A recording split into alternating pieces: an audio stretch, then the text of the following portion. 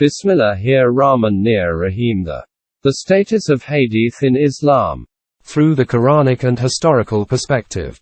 How were Ahadith compiled? How did these Ahadith reach us? What is their status in Deen? What is the mutual relationship of the Quran and Ahadith? Ghulam Ahmad Parwez. Muhammad Aslam Jairajpuri. 7. The status of Ahadith according to some famous Ahel Fikero Ilm. Intellectuals. What the status of Ahadith is according to Allama Iqbal has been discussed previously in Chapter 1. This reality was also made clear at that point. According to the statement of Allama Iqbal. As to what the doctrine of Imam Abu Hanifa and Shah Wali-ullah was. Regarding this, the ideas of a few other intellectual scholars are presented next. 7.1 Maulana Obaidullah Sindhi. The name of Shah Wali-ullah Muhaddis Delvi requires no introduction. Maulana Obaidullah Sindhi was considered a great jurist, thinker and orator. Around 1941, he contributed an article to Wali-ullah Number, wherein he explained the right place of Ahadith according to his understanding of divine wisdom. We note down selected excerpts from this article as follows. In this respect, regarding the issue of the correct status of Ahadith, you have seen in the preceding pages that there are two types of Ahadith. One that relates to the circumstances prevalent during the lifetime of Rasulullah, and the second in which orders have been given. As far as acting on Deen is concerned, it is obvious that the latter part is very important. Because it is said that just as the Quranic commands are immutable, likewise these orders of Ahadith are also immutable and should be acted upon in the same way for eternity. Let us see what Obaidullah Sindhi says in this regard. He writes, "Let it be clear that when implementation of fundamental laws begins, then certain explanatory laws are devised according to the state of the population. The difference is that the fundamental laws are immutable whereas explanatory laws can change according to need. We call these explanatory laws Sunnah, which Rasulullah and after him 3 caliphs devised in mutual consultation with the central organization of Muslims.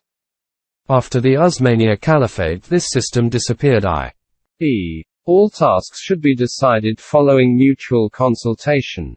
The Hanafi jurists acknowledge Sunnah as a common point of agreement between Rasulullah and the 4 caliphs, and this is our opinion as well. And this Sunnah will emerge from the Quran itself, which in today's terminology is called bylaws. The original fundamental laws are fixed and defined as a matter of principle. While bylaws of that period were different and now they will be different and changes will be made according to the requirements of the changing times. New rules will be formed and this is what is called fiqh. This means that for the establishment of the divine system the explanatory laws, bylaws, formed by Rasulullah and the 4 caliphs in the light of the Quran is what is known as Sunnah. In other words, fiqh of their time. These bylaws will keep on changing in every era, but the actual laws, the Quran, will remain unchanged as a fundamental source. 7.2 Status of Ahadith is the same as that of the Bible. The Quran has declared the previous books of revelation as being tampered with i.e. because those books are not in the original form in which the messengers of Allah gave them to each of their ummahs. It is known about the existing Bible that his disciples compiled it after Jesus. Maulana Sindhi states that the status of the books of Ahadith is similar to the Bible. It is now obvious that if we cannot declare the Bible as being the true words of Jesus, then how can we declare with surety that Ahadith are the sayings of Rasulullah? Maulana Sindhi writes, if, according to the terminology of these people, we equate the previous divine books with the books of Ahadith of those days, then according to the rules set earlier, these cannot be considered authentic. If these people acknowledge this fact, then all issues will be resolved. In our books on Ahadith there is unanimous opinion that they contain incorrect narrations. Also in these books of Ahadith the same events have been narrated in different ways. In many of our books on Ahadith the writers have kept on making mistakes which the research scholars keep correcting. After this, if we place all the 4 Bibles side by side with our 4 books of Ahadith, Bukhari, Muslim, Abu Dawud, Tirmizi, we will find barely any difference. This revelation as a whole has been confined within the Quran and not anywhere outside of this. Then in the same way that the disciples of Jesus compiled his Sirat in which his sayings and deeds were collected through their individual efforts, the Muslim Imams of history and narratives also wrote about the Sirat and history of Rasulullah and his time. Books based on the history and Sirat of Rasulullah which are based on such narratives are called books of Ahadith. These are neither revelations nor revelation protected like the Quran and are therefore not authentic, like the Bible is not authentic. In the margins of Obaidullah Sindhi's Persian article, there are notes written by Shah Sahib whose translation is as follows. For the divine book, there are 2 prerequisites. First, the angelic bounties and the pleasure of Allah for each individual who recites the book and strives to publicize it. And second, the book remaining intact after a long time has passed and possession of the ability by the Ummah to memorize it. If these 2 conditions are not fulfilled, then it will not be a book of Allah. Rather it will be authored by some man among mankind who gathered this knowledge about the Messenger, like Sahih Bukhari and Sahih Muslim in our deen. In the words of Maulana Sindhi, p. 265, the collection of Sirat of the Messengers in this way was in vogue even in earlier times. Therefore books on Ahadith are in fact history books, and in history books all sorts of narrations are quoted. 7.3 Inclusion of wrong narratives in Sahih Sita. Maulana Sindhi states, when I saw this subject in Muqaddama Mushkat by Sheikh Abdul Haq Mahadeeth Delvi, who died in 1052 A.H., that there are about 50 books on Ahadith in which correct and incorrect Ahadith have been collected and Sheikh Sahib has placed them all on a par with each other and he accepts wrong narrations in Sahih Sita in the same way as in other books, I felt extremely worried. 7.4 How unauthentic narratives end up being considered mutawatir. While referring to various kinds of books, Maulana Sindhi says, besides these books, other books have been authored by such muhaddisin whose intellectual credibility is not recognized.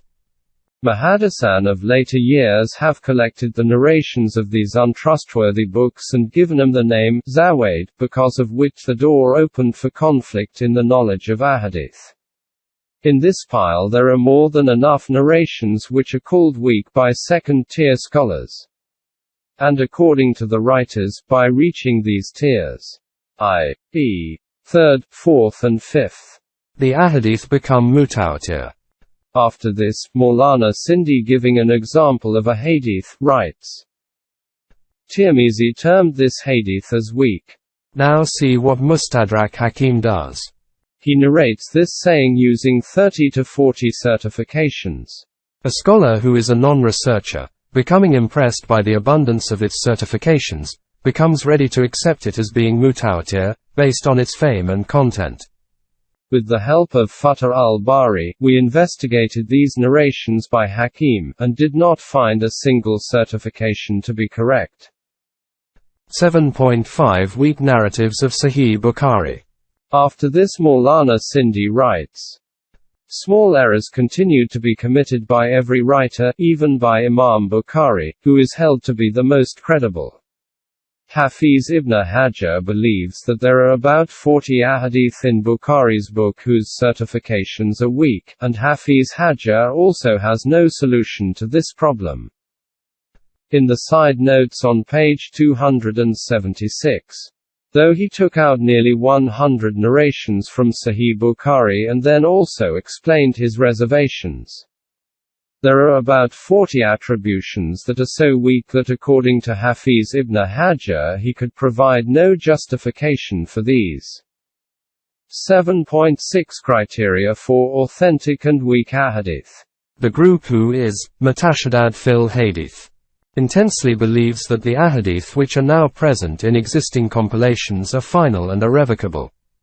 These cannot be subjected to any criticism whatsoever.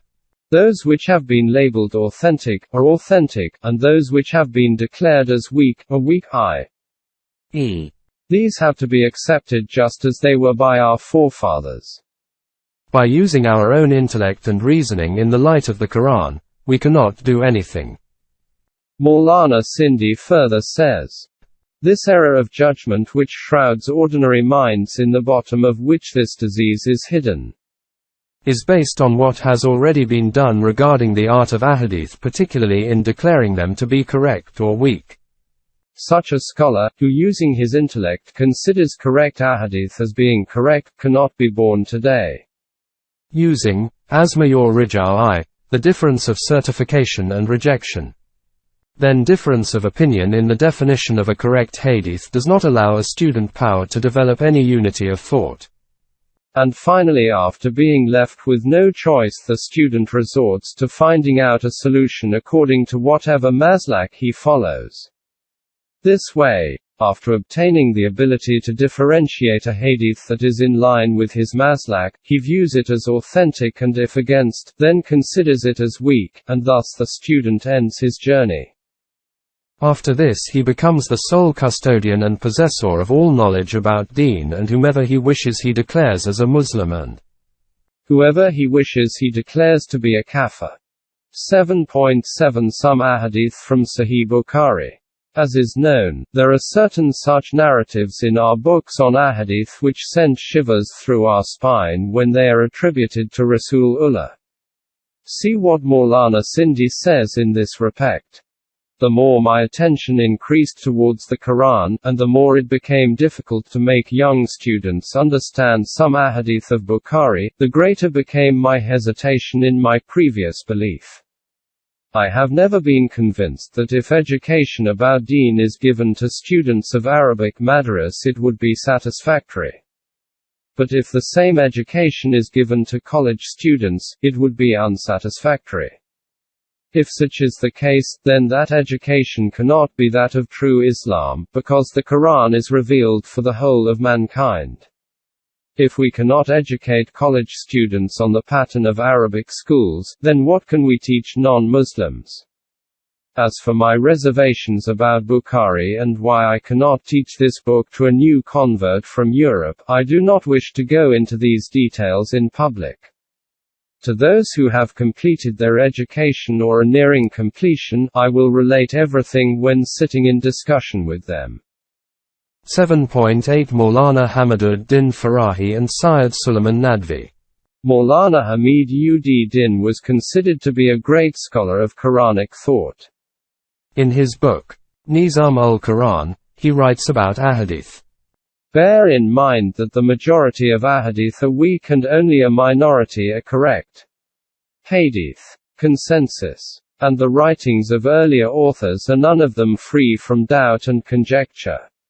I have seen certain narrations which tear up the roots of the Quranic verses. Most of the Ala Hadith have accepted in their hearts that there is no iota of doubt in whatever has been narrated in Bukhari and Muslim. Therefore we write about some objectionable material so that you could understand that Allah has forbidden us to declare scholars as God. So we are not ready to believe in their illogical thoughts and expressions. An article was published by Allama Hamid-ud-Din Farahi and his student Maulvi Amin Hassan Islahi on the study of ahadith in the February 1942 issue of Mu'arrikh. From Azamgarh, India. The editor of the magazine, Syed Suleiman Nadvi, did not write any dissenting note. This means that he too was in agreement with their thinking. Let us consider what they had written. The second thing is that Maulana does not agree with the opinion of these people who view all narrations of Bukhari and Muslim as beyond conjecture. And this is not some new or strange thing written by Maulana Hafiz ibn Hajar and Sheikh Abdul Haq Muhaddith Delvi also do not consider these two books to be free of conjecture. The only book free of conjecture under the heavens is the Quran. After this it is written, we should only accept those narrations which testify to and support the Quran. When there is a difference between the Quran and Hadeeth, the Quran will be the deciding authority. On page 90 it is written, here the Maulana has said that without doubt, doubt and conjecture are present in Ahadith, and this is such a thing which can hardly be denied by anyone. So you can see that regarding doubt and conjecture within Ahadith, the matter is not limited to Allama Farahi, Maulvi Amin Ahsan Islahi and Syed Suleiman Nadvi, but according to the statement of these scholars, this is such an established fact that hardly any can deny it. 7.9 Maulana Manazir Ahsan Gilani. Some excerpts from Tavan-e-Hadeeth by Maulana Gilani have already been given. With regard to Ahadith as the history of the period of Rasulullah and of his companions, he writes, if we only observe the name given to his book by the greatest Imam of the art of Ahadith, Hazrat Imam Bukhari, we can easily understand that whatever I have said is nothing new, rather those who understand have always seen this art with this view in mind. Imam Bukhari's book is today known as just Bukhari Sharif, though this is not the actual name of this book. He himself had in fact named it Al-Jamia al-Sahih al-Masnad al-Muqtaza min Amur-e Rasulullah wa Salam wa Ayyami Hai. In this the words Amur, matters, and Ayyam, period, are worthy of consideration. As it is clear from these that the correct definition of Ahadith according to Bukhari encompasses all those matters which are related in some way or another to Rasulullah. The word Ayyam has further broadened its definition, i.e., that which I have already said, that the art of Ahadith is in fact the history of that period in which a comprehensive personality like Rasulullah was given to humanity by Allah, and left an impact on the world for all times. Leaving this behind, and putting aside trivial matters, if we keep in mind the criteria of recognizing the tree from its fruit, then from a quick glance at the present pile of Ahadith even by an ordinary person, we can judge the true worth of Ahadith, and that its true definition is the same which Imam Bukhari has indicated by including it in the name of his book, as I have explained. In this it is clearly explained that according to Imam Bukhari himself and Maulana Gilani, Sahih Bukhari is in fact the history of the period of Rasulullah. And this is the status of other books on Ahadith.